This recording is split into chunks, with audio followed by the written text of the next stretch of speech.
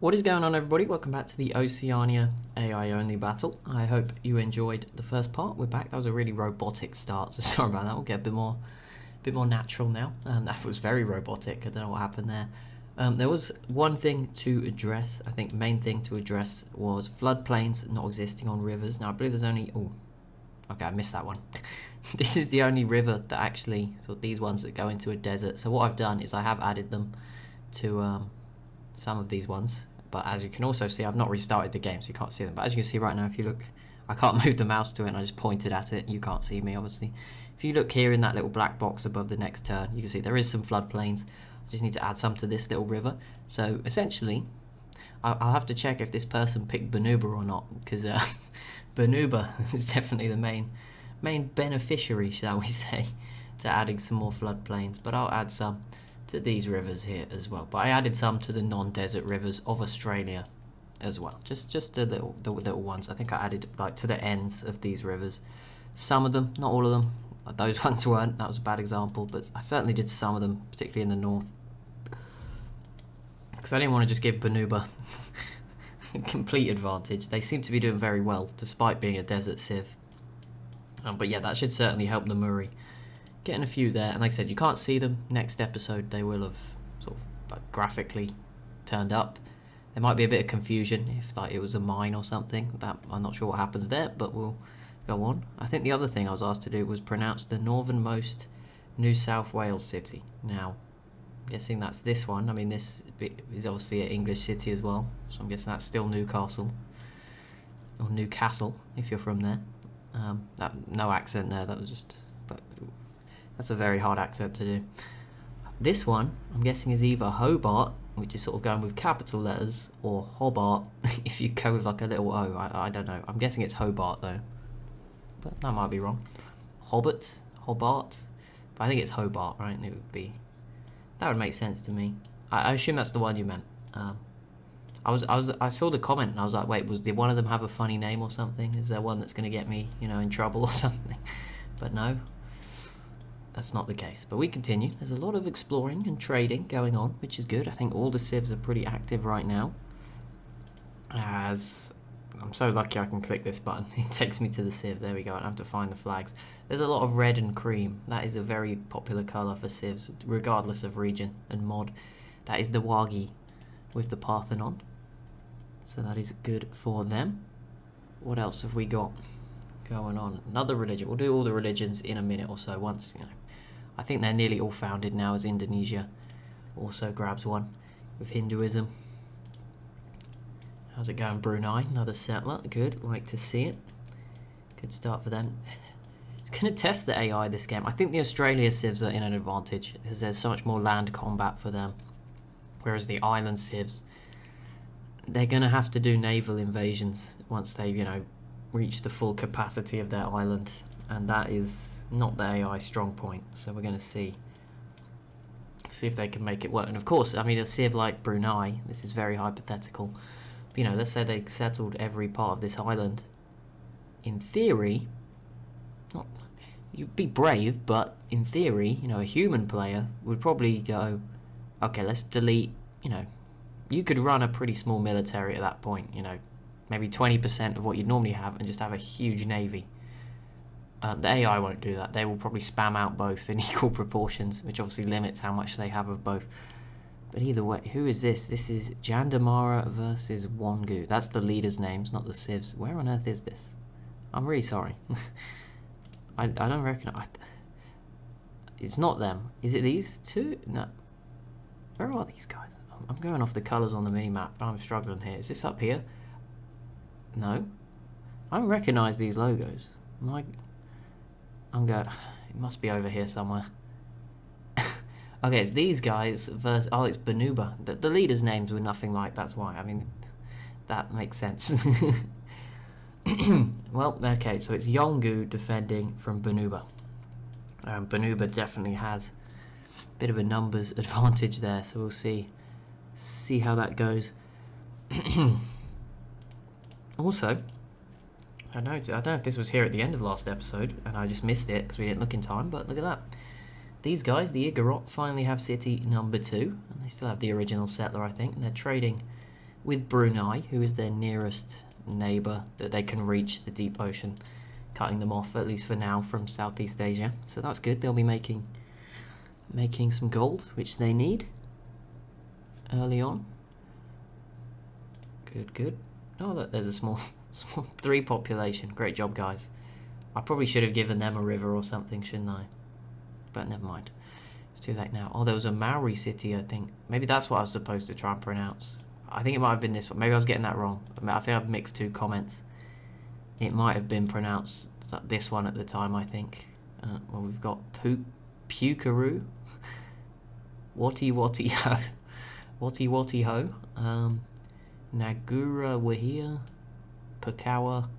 Pukekura. Pirongia. Marakawi. Okay. Those are too difficult. Who's this? This is these guys. The Negaringeri. But then their actual name's different again. Dang it. I've forgotten it. What was it? I'll learn. By the end of the series, I'll be an expert in sort of native groups of Oceania. The Negarin Degeri. See, that's easy to remember. Negarin Degeri. But I'll forget next time. Repetition. That's what we need. Another religion? Getting revolution and religion mixed up there. A religion with the Muri found in Catholicism. Reimagining has been captured, which is not good because that means Banuba have another city. And who is this? You guys. The Moto have completed the Oracle, which is a free social policy for them. They've snuck a settler around here, around the outside of Wagi. Brunei now with their 5th city as well, and ooh, Igorot are actually coming all the way down here. And this settler's moving. See, they're finally kicked into the gear as the Khmer found a religion. And now the Nugur... See, gone again. it's spelled differently again there. I think that's the leader's name. And then this is... I said it before, like the descriptor word for the people of that group. And then the Civ, they're all different named. Normally you get like at least 2 that are the same. But there we go, Petra for these guys. There's a lot of desert here, so that might help. But I can't remember if people told me before if it only affects the city. So maybe it won't help too much, depending on where it is. Who knows? I mean, these guys would have loved it, that's for sure. How is this going? Okay, the rest of Banuba seems okay. And the Khmer, who do now have 2 cities, complete the Chichen Itza. Venice with 4 cities now. Lao with 5. Is this the first time we've used Lao? I don't know. It feels like it is. Welcome to them, if it is. What is this? Statue of Zeus for the Maori. And the Borobudur is completed for New South Wales. Did they have a religion? That'd be a bit of a surprise if they didn't, and they went for that one. Here we go. There's the one. There's no more. So Brunei got off to a good start, but again, that's going to slow down because that's their island, 5 cities. That will struggle for a while to spread. There's 2 in Australia for the Anangu, New South Wales and the Muri. They'll all be competing. None of those, I mean, New South Wales is probably the best of those 5. Actually, the Muri are okay as well. So we'll see how that goes. And then Khmer will probably be okay in Southeast Asia to take all of that. And Indonesia will probably find a little niche as well.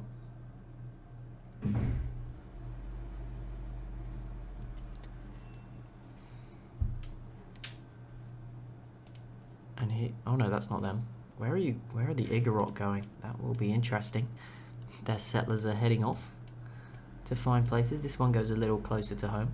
I don't know why the other one wouldn't settle here. They're just obviously in a rush to pick. They've picked the spot they really want, and they're rushing to it. Fair enough.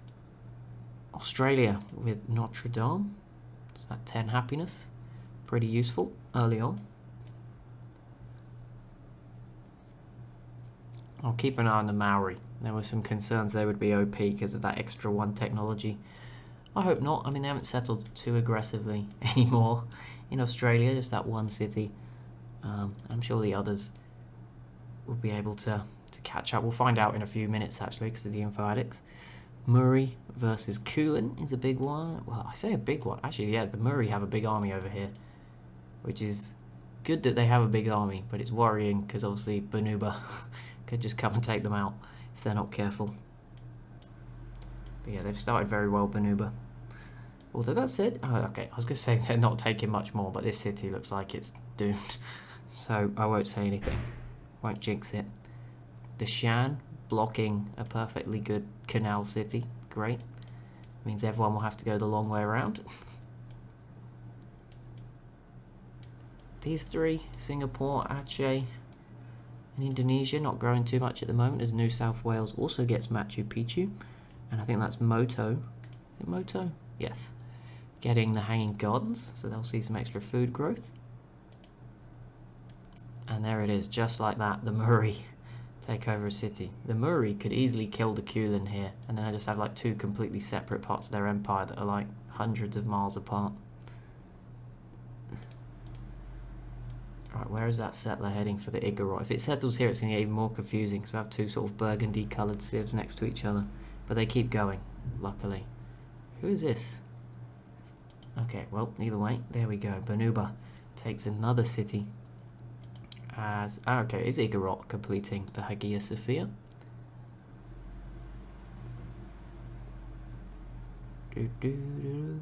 What is going to be next? These guys have been very peaceful, to be fair to them. Oh, the Shan squeezed in another city as well. Which is probably good, because I think that Vietnam settler, wherever it's ended up, might have been tempted to go there. Although, to be fair, oh, there it is. I was wondering where it had gone. I thought maybe it snuck out and was going to find somewhere. Are any of these completely not coastal now? No, I think they all have a... Oh no, Laos doesn't have a coastal city, by choice, because there's still space here. But the rest are coastal, so they can all trade with cargo ships. That might play into Laos' advantage. Murray peace out with the Kulin and get the city for free. So yeah, not a good start for the Kulin. And here we go then, first time. Let's have a look in the info addicts. Whoever that is, I'm guessing that's New South Wales with all their wonders. Probably overtaking Igorot, who also got a lot of wonders or something like that. Again, we're not going to use score this time. Here we go then, population. Brunei leads the way, 7.8 million. Then we've got New South Wales and Laos, both around 5.3, 5.4. Then the Khmer and Australia neck and neck. So that's sort of the top 5 there.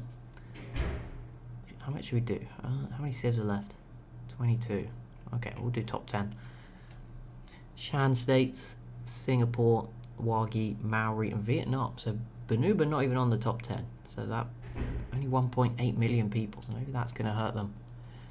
Crop yield, Brunei leads again over the Maori and New South Wales and Banuba in a 3-way tie. Then the Wagi, Australia, Laos, Shan states, Nagarin, Juri and Vietnam. Is it Jerry or Jury?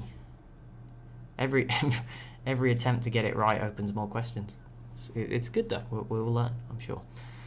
New South Wales leads with the most production by 1 over the Maori. Banuba in 3rd, then Australia, Nagarin, Jerry, Laos, Singapore, Motu. Oh, it's Motu here, not Moto. Sorry, this is Motu. And then the Murray. Money. All these lists are very different, which is a sign of a good game. Australia, or one that's very overcrowded like the last one, but let's ignore that. GMP. Australia with the best economy ahead of New South Wales, and those two are next to each other, so that's a good region of the world to live in right now. Banuba up there as well as Brunei, Laos, Aceh, Shan states, Nagarin, Juri, Burma and the Maori. Most land is again New South Wales actually, I did not know that, just ahead of Banuba. Sea tiles do count.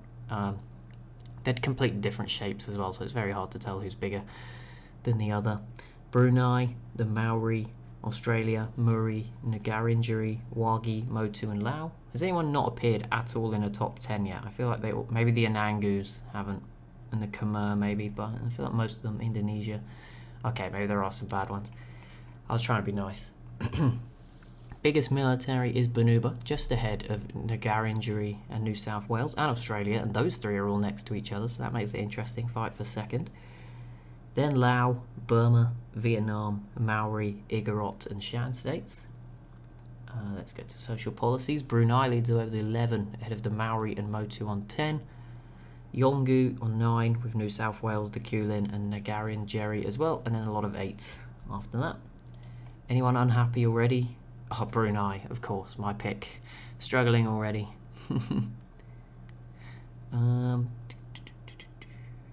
Right, happiness. What's the next one? Technologies. This is a big one. We'll go through all of them. So the Anangus at the bottom. Yeah, I think they've got the short straw for this game. So sorry, guys. Indonesia, the Murray, Vietnam. Then Khmer, the Kulin, Igorot, Shan States and Singapore. 26, 27 for Ngarrindjeri, Aceh, Yolngu, Banuba and Wagi. Burma, Lao, Maori and Moto. And Brunei, Motu, Brunei have 28. And then 29 again for Australia and New South Wales, the leaders. At the moment, can I scroll the whole way down? It always feels like you've achieved more when you can scroll to the bottom. We won't look at net gold just yet, but and we don't use it in the results anymore, but only the Yolngu losing money as we speak. Australia is doing very well. I'm noticing. Better than it appears, you know. They're not a coastal civ or anything, so it's interesting. Cities, Banuba leads the way with 10. 8 for the Murray and Maori. That could get confusing. They're pretty close, you know. Swap a few letters. Wagi and Ngarrindjeri have 6. 5 for Brunei, Australia, Lao and New South Wales. 4 for Moto, Vietnam. Anangu, they have 4. That's new. Oh yeah, they've got 2 on the coast and 2 in the middle. Shan States also with 4. A lot of 3s as well. Burma, Aceh, Igorot and Singapore. Although we know Igorot's about to get a 4th. Khmer, Yolngu, Kulin and other Anangu in Indonesia have 2. No one's on 1 yet. That's good.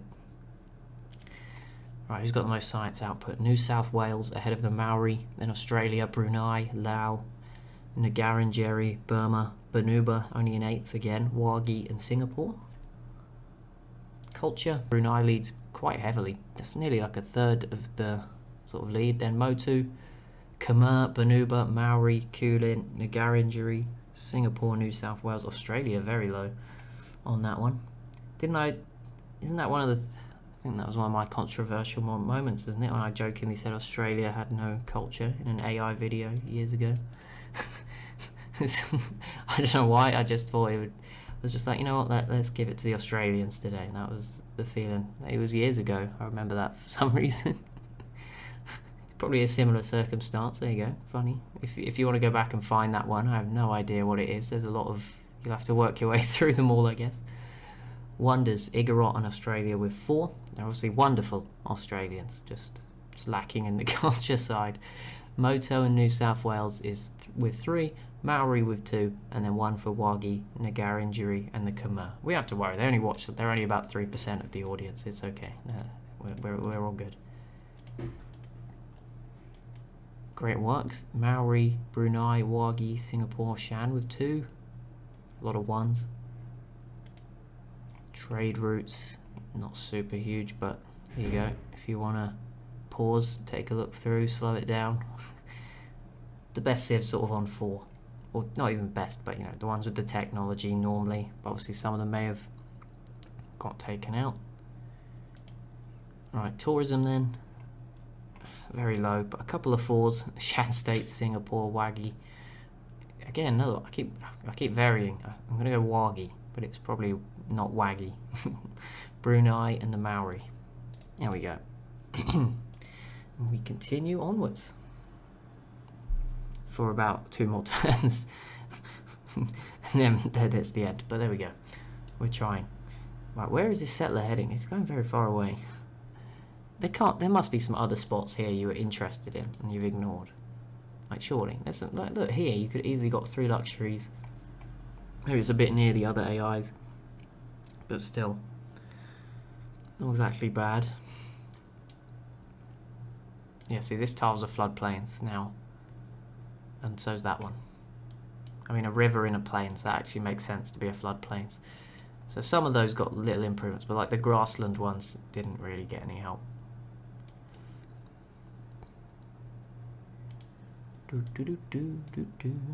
Surprised how peaceful it's been in Southeast Asia. These civs, it's the most full area of the map, and I think it's probably the one area where we haven't seen any fighting. I think even these two had a little scrap, unless I'm imagining things, which I definitely could be. The Maori just heading over.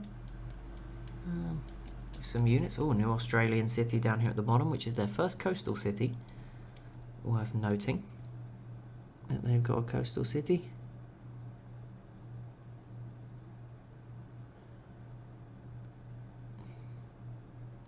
Ooh, who's this? Ah, that's too far away. New South Wales. Yeah, they're not going to walk up here and attack the Yolngu. If they did, I think they won't be alive by the time. Everyone's just hopping on the bandwagon for that one. But I think Bonubu might be the civ that eliminates them and puts them out first. There we go. The first capital to fall there.